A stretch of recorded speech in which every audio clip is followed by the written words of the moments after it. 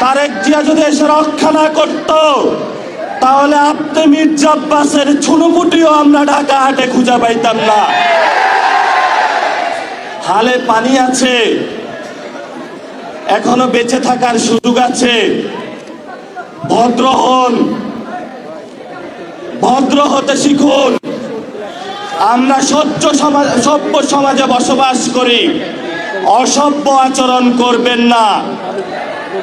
অসভ্য আচরণ যদি করেন, কিভাবে আপনাকে সভ্য করতে হয়, আপনাদেরকে সভ্য করতে হয়, এটা আমাদের ভালো করে জানা আছে।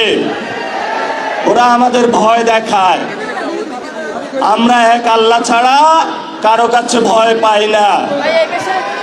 মামলা হামলা অনেক আগেই পার করেছি। শেখ হাসিনার আমলে রিমান্ডে নিয়ে আমাকে মাথা নিচের দিকে দিয়ে, পা উপর দিকে দিয়ে সারা রাত নির্যাতন করেছিল, কখনো আপোষ করার চেষ্টা করি নাই। তুমি কোন চ্যাটের আব্বাস? তুমি আসছো এখানে মামলা করতে, গুনার টাইম নাই। সিনিয়র সিটিজেন আসেন, সিনিয়র সিটিজেন আসেন, আমরা সম্মান করতে চাই। কিন্তু নিজের সম্মান যদি না রাখতে পারেন, তাহলে এই যারা ইয়াং জেনারেশন আছে, জেনজিরা আছে, আপনার পুরা সম্মানের চাদর খুলে বুড়িগঙ্গায় নিক্ষেপ করবে। আমরা ধৈর্য ধারণ করতেছি, আমরা শান্তিতে বিশ্বাস করি, আমরা গণতন্ত্রে বিশ্বাস করি। ওই দিন নির্বাচনের দিন আমি যদি সেইখানে কনফ্রন্টেশনে যেতাম, হাজার হাজার স্টুডেন্ট হসপিটালে থাকতো। আমি গণতন্ত্রে বিশ্বাস করেছি, কিন্তু গণতন্ত্রের নামে আপনারা ইঞ্জিনিয়ারিং করেছেন। আমরা এখনো সহ্য করছি। দ্রুত রিফর্ম অ্যাসেম্বলি করেন, দ্রুত বাংলাদেশের সংস্কার বাস্তবায়ন করেন, দ্রুত বাংলাদেশের শহীদদের বিচার বুঝিয়ে দেন, আহতদের বিচার বুঝিয়ে দেন, শহীদ ওসমান হাদি ভাইয়ের বিচার বুঝিয়ে দেন, ধর্ষণ বন্ধ করেন।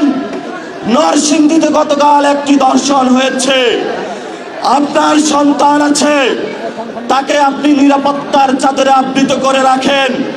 আমার সন্তান, আমার মা বোনের যেদিন নিরাপত্তা দিতে পারবেন, সেদিনই আপনি জনতার প্রধানমন্ত্রী হবেন, এর আগে হবেন না, হবেন না। আমরা একটা আশঙ্কার মধ্যে দিনাতিপাত করছি। আইন শৃঙ্খলার অবনতি হয়েছে। এই বরিশালবাসী আওয়ামী লীগের অনেক নির্যাতন সহ্য করেছে।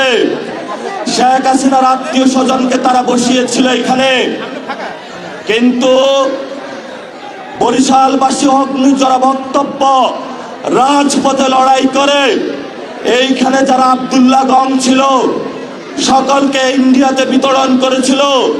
বরিশালবাসীর সাথে কেউ পাঙ্গা নিতে আসবেন না। বরিশালবাসী পানিতে সাঁতার কাটে, সংগ্রামী জীবন, তারা জীবন যুদ্ধে অলরেডি জয়ী হতে আছে। তাদেরকে নতুন যুদ্ধ আপনারা শিখাতে আসবেন না। লড়াই চালাবেন, আপোষ করবেন না। মাছে ভাতে বাঙালি, জমিতে যায় আমরা ধান চাষ করব, পুকুর থেকে মাছ উঠাবো। আমাদের ইন্ডিয়ান কোনো কিছু প্রয়োজন নাই।